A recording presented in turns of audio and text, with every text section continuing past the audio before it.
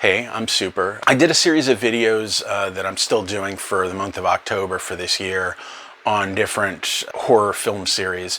And the first one of those that I did this month was Halloween. Halloween Kills, the latest entry in that franchise, had not come out yet, but it came out this morning, so I decided that I would watch it and then do a quick video about that.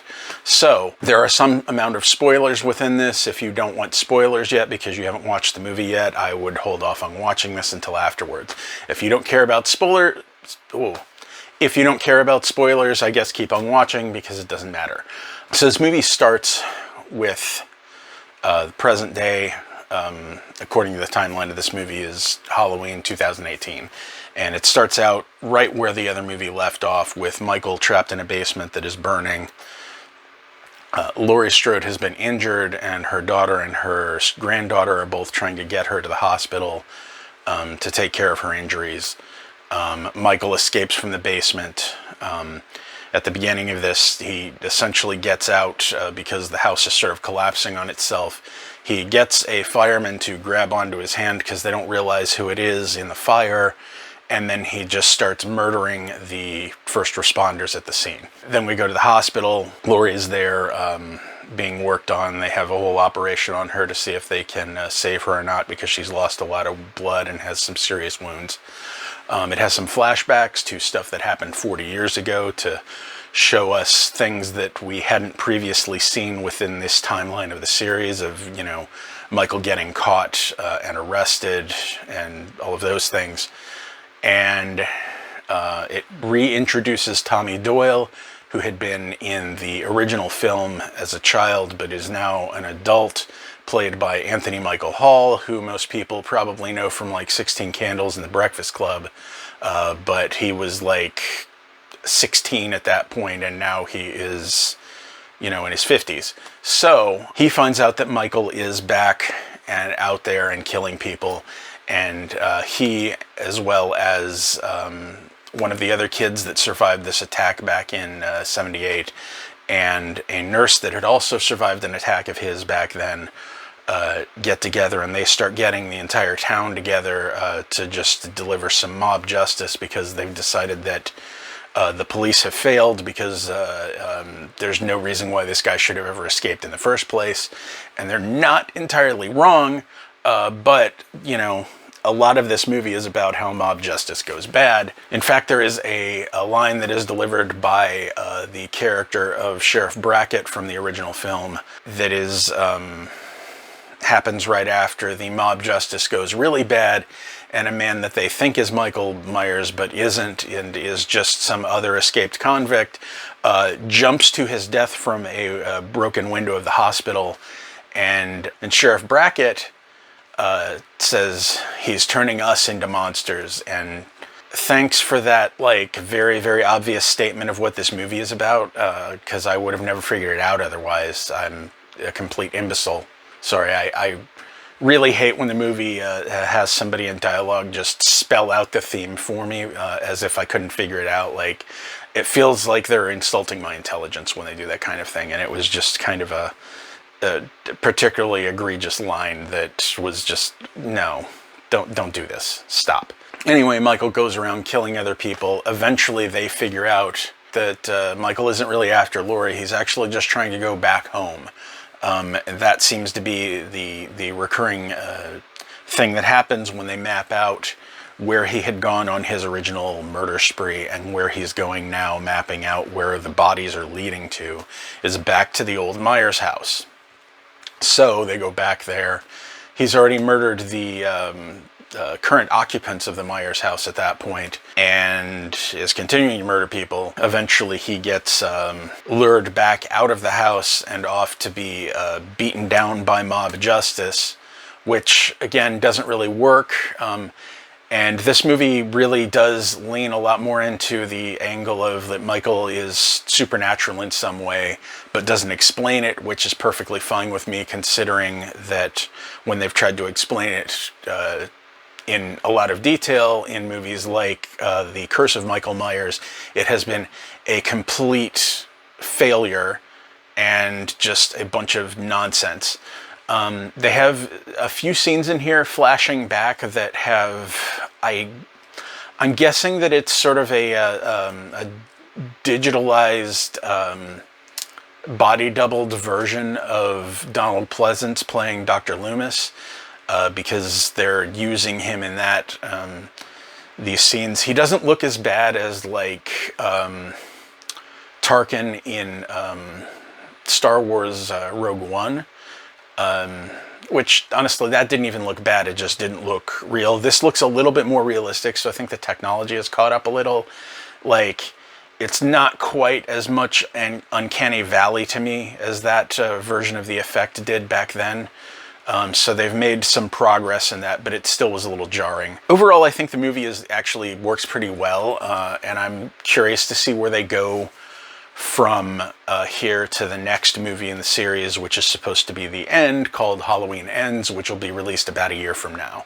A few things I do want to point out, just in the interest of like, this is weird. There's a scene near the beginning where a character like calls up another one on his cell phone, and it goes to voicemail, and so he's leaving this friend a voicemail. The thing is, the friend that he's calling is someone that Michael had already killed, and it goes to the length of showing that Michael has this murdered person's cell phone in his pocket, and we can see that the call is going through, and that as this voicemail on the cell phone line is going through, that Michael can hear all of it. And that is nonsense, because that is not the way that cell phone voicemails work at all. You have to actually go back and listen to them. It's not like an answering machine from 1983. Like, you don't, when somebody calls and leaves a voicemail, you can't like hear it if you don't pick up.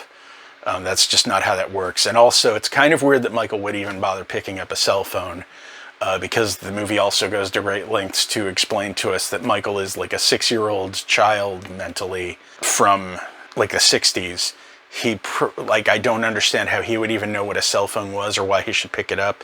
He never uses it for anything. Why does he have it? It's weird. Whatever. There is a nice detail that they have in here that just, having just gone through and rewatched all of the Halloween movies within the last few weeks, I appreciated. There's a thing where he kills 3 people and leaves them in a children's jungle gym area, which is gruesome. But I mean, what I'm getting to is the masks that they're all wearing are like, there's a skull mask, a pumpkin mask, and a witch mask, and those are absolutely like accurate resculpts of the masks that were used in Halloween 3 Season of the Witch, and I just liked that little kind of nod to that usually forgotten part of the series.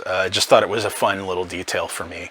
There is another dead dog discovered in this, because again, Michael Myers is the fucking worst and likes to kill dogs, and I don't like it, but that is part of his character, so okay. There's an awful lot of this in this.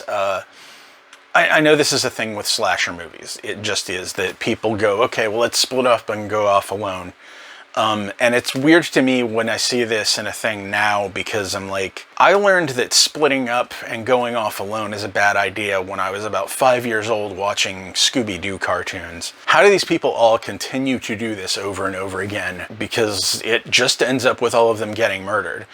Granted, in this movie also, they demonstrate that even if you get an entire group of people all going after Michael at the same time in a horde of people, it still doesn't work, and he still kills everyone, so I guess it doesn't really matter. There's a scene where they get a nurse to leave the room, and then Laurie goes over and decides that she is going to get through the pain that she is in from her wounds by just like taking a syringe that's just laying around and a bottle of pain medicine that's just laying around, and just inject the entire thing into her leg.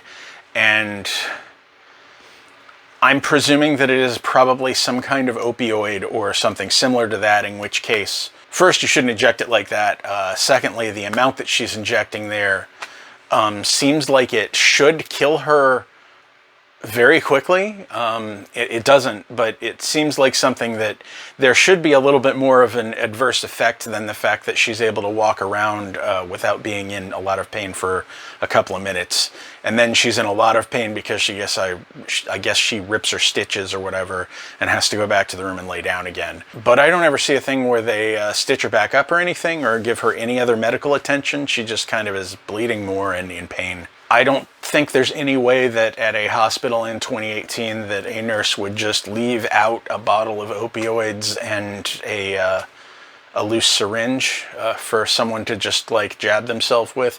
They are very protective of those medicines. Even in a kind of chaos like this, they are very protective of that stuff for good reason. The movie ends in a way that indicates to me that, like, if Halloween Ends is going to actually end with them defeating Michael Myers for good, that he's got to be either beheaded in that and dismembered, and, you know, the parts like scattered to the corners of the earth, or he needs to be literally blown up like at the very beginning of Jason Goes to Hell, because otherwise he seems to, like, literally at this point be invincible.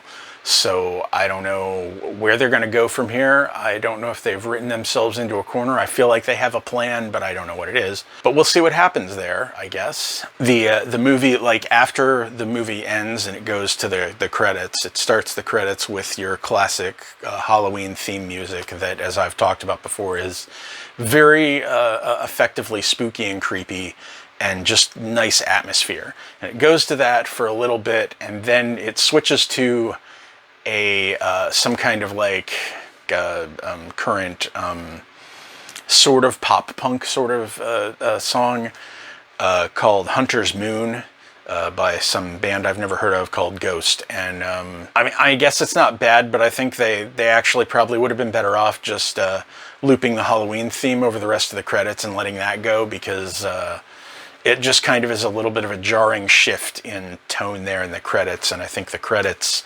even alone would have, like, stood better with just that basic classic theme. So I don't know. Overall, I was very concerned that this sequel would kind of tarnish what they had done before with the 2018 Halloween that they had put out, and that the stuff they had done there that I thought was very good and built off of the original film, without taking a crap over anything, and ignoring all of the stuff that had happened in the intervening films that was kind of awful. Like, I was worried that this movie was going to somehow completely screw it all up. I don't think that it did. I think that it rolls pretty well from Halloween to Halloween 2018 to Halloween Kills. Hopefully Halloween Ends will also be a good end to this particular story. And I think that we could really just kind of end the Michael Myers movies after that and just stop doing it. I don't think we need any more of that. Thanks for coming to this sort of short meltdown. I'm Super. I will next be doing a video about the Evil Dead series. I know that there's the TV series. I've watched all of those, but it's been a little while, and I don't really have time to go through and rewatch all of those for review purposes right now. I'll probably do that at some point later on. For this, it's just going to be focusing on the three main Sam Raimi films and then the remake that was put out a few years back. So I'm going to do those and make a video about that. And until then, you can watch other videos of mine if you want. You can comment, like, subscribe to this channel if you want more, and if you have suggestions for me, or if you hate me, or you love me. I don't know. That's it, I guess. So, bye. This video's over.